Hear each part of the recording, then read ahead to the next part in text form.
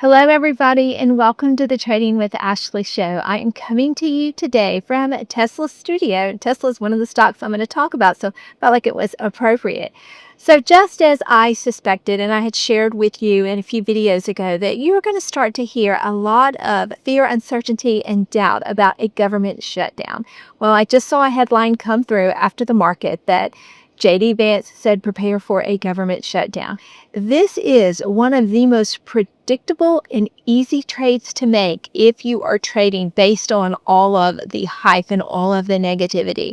It's almost like clockwork. I trade this every time it happens, and it always amazes me how easy it is to make money when there's this kind of fear about a government shutdown. But just think logically about this for a minute. The government never stays shut down for long. It can. It hurts too much on both sides of the aisle if that were to take place. There's always a resolution in short order. So you can use this as an incredible opportunity to load up on the stocks that you wanted. Now, if you've ever had a stock that you said, I wished I would have, maybe you're talking about leaps, purchasing those, maybe you're talking about just the stock itself, maybe you're wanting to sell some puts to make a safer bet by getting a stock lower. But if you've ever said that about a stock, I want you to prepare for what may happen in the coming days so that you can take full advantage of it. So today I am going to be going through some very popular stocks that many of you trade and look at potential plays and entries on these stocks, because you have to have a plan. When it happens, when there's a pullback, when the market's dropping, everyone gets a little bit excited, a little bit nervous, and it's hard to think straight. So you want to use a moment like this to actually pull your thoughts together, have a trade plan, write it down, and then execute. So I'm here to help you with that. We're going to go through these stocks today. We're going to go through PLTR, we're going to go through SOFI, we're going to go through Robinhood, and we're going to go through Tesla. We're going to look at potential sold puts if we see this market pull down, and that way you can decide how to best get in. By the way, if you are looking for a safer way to trade, the safest trade you can make is one, if you have 100 shares of a stock and then you want to sell covered calls, you would do that if we are at 70 or higher on the RSI. Looking at a 3-month chart, that's going to assure, if you have a call away, that it's done at a fair price. Now, you may have put some of those trades on today on some of these stocks that were riding high. If we have that pullback, those will start to profit. But the second safest trade that you can make is selling a put at a fair entry, because when you're selling a put, you are putting up the money to actually buy 100 shares of a stock, and you want to do that at a fair price. Right now, a lot of the stocks that I mentioned, they're trading really high. So if you were assigned the shares at the height of what they're trading when they're at 70 on the RSI, then you would have to wait for quite a while to be able to start selling calls again. So my goal is to get the shares lower than where they're trading today at a fair price, and really at a fair price for a bull market, because we're still in a bull market. So we're going to let the RSI guide us, and then we're going to look at important lines of support, important moving averages that will help give us the best entries. So let's jump into the computer and then get ready. I want you to take notes, and I want you to be prepared tomorrow or the next day whenever this happens. I want you to be ready to get some discounts. First, we're going to start with SOFI. SOFI actually was having a red day, and we actually sold some puts in my community on SOFI today. So the first thing I like to look at on the 3-month chart is, where are we on the RSI? That kind of guides me on where I should be looking for entry. Now, the fact that we are over 50, that shows me there are more buyers than sellers, even though we're having a red day. So when that happens, I like to shoot somewhere in the middle of the band. Now, we're almost there now, so you could do one of two things. You could take a more aggressive trade, since we're already sitting in the middle of the band, and go for maybe like a $26 sold put. Now, it could blow past that if we continue to have a lot of negative talk about the government. So you could sell one there so that you can ensure that you are assigned, give you a better chance of getting assigned, plus you're going to get more premium. And then you could go ahead and shoot for something right here around the 50-day moving average. That sits right at about 24.58. So you could do something maybe around 24.50 for that one. And you could actually stagger your sold put dates. So let's now go into Robinhood. Let's look at two strike prices. Let's look at one that ends this week, maybe right here at the middle of the band, closer to about 26, we'll call it. And then let's look for 24.50 going out 1 week further than that. Once you get to Robinhood, you do trade SOFI options. you're going to do sell, put, and we're looking at the end of this week, so 4 days from the time of filming, and we want it to look right there at that $26 level. So you could do one of two. You could do the $26 level. That's going to pay $21, so 21 cents a share, or you could go a little bit higher to $26.50, and that's going to pay you $32 a share. Now, as most of you know from watching this, one of two things will happen on Friday if you sell this put. If it ends, let's say we sell the 26 and SOFI ends above $26 a share, you'll keep this entire $21 and then the money will be released for you for additional trades. But if it drops down, let's say it drops down to 25, well, you agreed to pay 26. So now you're going to actually get the shares and pay 26 for them. So when you wake up Monday in your brokerage, you're going to have 100 shares of SOFI.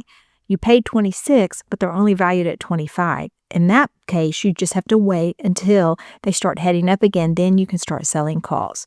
Okay, so that's how that would happen, and that's the potential outcome. You'll either keep 100% of the premium, or you'll keep 100% of the premium and you'll get your shares because it fell below your strike price. Now, the next thing we might want to do is change this expiration date. Let's go to the 10th. That's just 11 days from now. And let's look at that $24.50 level right here. If you were to sell the $24.50, you would get about $20 right now for selling this put. Now, if you're really nervous about the government shutdown and you feel like it's going to last potentially longer than what I have shared my thoughts are on it, then you could go actually much further out. You could do something like maybe go to December. Now let's see what you'll get. Okay, if you go that far out to December and you're going down to about $24, now you're going to get $174. The reason you're getting more money when you're going further out is there's so many unknowns between now and then. That's why you are getting compensated for putting your money up with so many question marks on the future. So some people trade this way. I actually like to trade this way in moments of volatility, especially when I feel like there's been an emotional reaction, because then when it starts heading back up, something that I received $1.74 for, usually in short order on the rebound, this whittles down in short order to about 50% of the value, and then I can exit the trade and get all of my money back in my pocket to make other trades. Let's look at another stock that's very popular to trade. This is Palantir. Now, a lot of you have Palantir. Some of you wished you had more. Let's look at a potential good entry. So if you are 60 on the RSI, remember there's still more buyers than sellers at this point. So we want to look at a couple of different things. We could shoot for the middle of the band right there. That's 169. But under pressure, Palantir might have a more dramatic reaction. So let's go look where there's other support. Look right here. You see this candle touches right here? This is really a strong area of support. It's around that 150 level. It also coincides perfectly with the 100-day moving average. You can see that right here. So 150 would be a great strike price. Now, because we're so far away from it, we're at 178. We might get tons of premium if we try to sell this at the end of the week. So let's go a little bit further out on Palantir, and then let's try to get down to the 150 level so that we can see how much premium we can get. Once we get to the option chain on Palantir, let's go out a little bit further just for safety. Let's go ahead and look at that December date, December the 19th. We're looking at a sold put, and we want it to go down to that 150 mark. Well, let's see what we've got right here. 150 is the strike price. It's paying $7.50 a share, so that's $750 to put up $15,000 to actually buy 100 shares of Palantir if we reach this level by our expiration date. So I think that would be a very good trade. You could go a little bit higher if you want to accept assignment of Palantir earlier, but this gives you a bit of safety going that far out and down to an important level of support. Now, Robinhood, it's in a different category. Robinhood has surged today. Look at that green candle that we're seeing. And also, let's take a look at our RSI. We are overbought at this point. We're at 73, almost on 74 on the RSI. Now, stock can stay overbought for quite some time, especially if there's a lot of bullish news. But if there's a pullback, people are going to want to lock in profits, especially on this stock since we are now hitting all-time highs.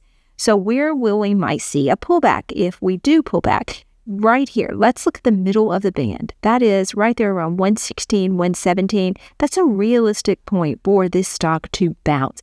Still quite a ways away from that right now. Like I said, we're at 136, and this would drop you down to 117.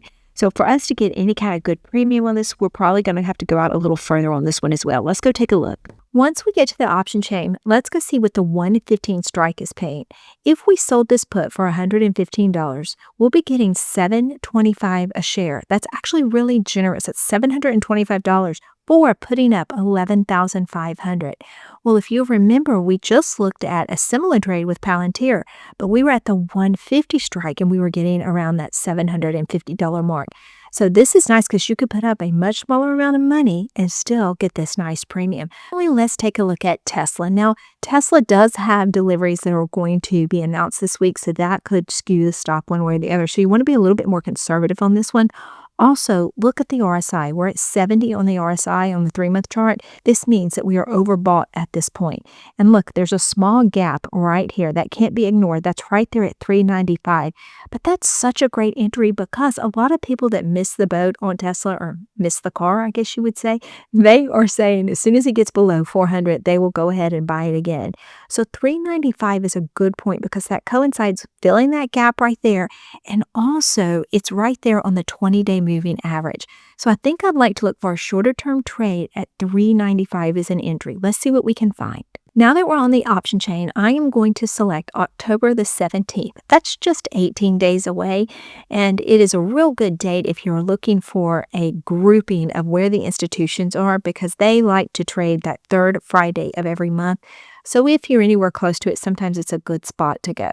So let's look at the 395 strike. If I were to go ahead and sell this strike right here, I will be paid $503. Now, if Tesla pulls back more dramatically, this will go up exponentially.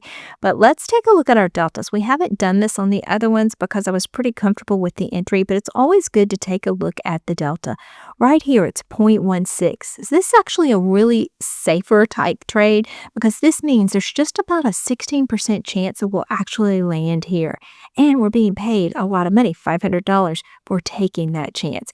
This is a stock that I don't feel like longer term you can actually get stuck with. You may have to hold on to it for a bit until it starts taking off again, but there's a lot on the horizon for Tesla, so I really like getting more shares anywhere under 400 should end up doing really well in the next 6 months to 1 year.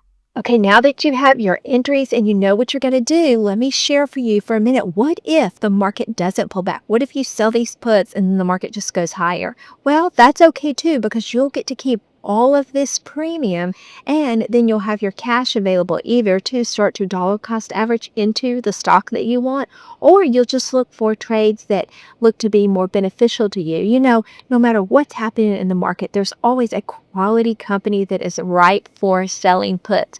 That's the best part about what we do when we sell options. There's always a trade somewhere.